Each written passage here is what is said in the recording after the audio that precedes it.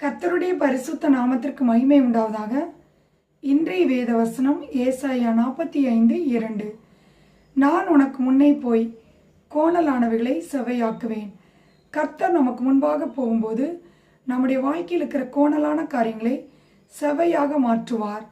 சங்கீதம் 18:32 வாசிக்கிறோம், என்னை பலத்தால் இடைகட்டி என்னை செவ்வைப்படுத்துகிறவர் தேவனே என்று தாவீது அறிந்திருந்தார். சங்கீதம் 27:11 வாசிக்கிறோம், எனக்கு போதித்து என் சத்துருக்களின் நிமித்தம் என்னை செவ்வையான பாதையிலே நடத்தும் என்று தாவீது சொல்லுகிறதை பார்க்கிறோம். தாவீதின் வாழ்க்கையில் வந்த நெருக்கத்திலே கர்த்தரே தாவீதை பலப்படுத்தினார். தாவீதை கர்த்தரே வழி நடத்தினார்.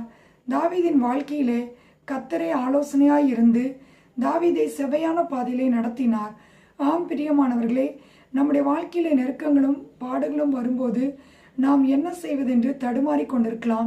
கர்த்தரே நமக்கு போதித்து நம்மை செவ்வையான பாதையிலே நடத்துகிறவராய் இருக்கிறார். நம்முடைய வழிகளில் எல்லாம் அவரை நினைத்து கொள்ளும்போது அவரே நம்முடைய பாதைகளை செவ்வைப்படுத்துவார். நாம் அவருடைய வழிகளை கை கொண்டு நடந்தால் நம்முடைய கோணலான காரியங்களை அவர் செவ்வையாக மாற்றுவார்.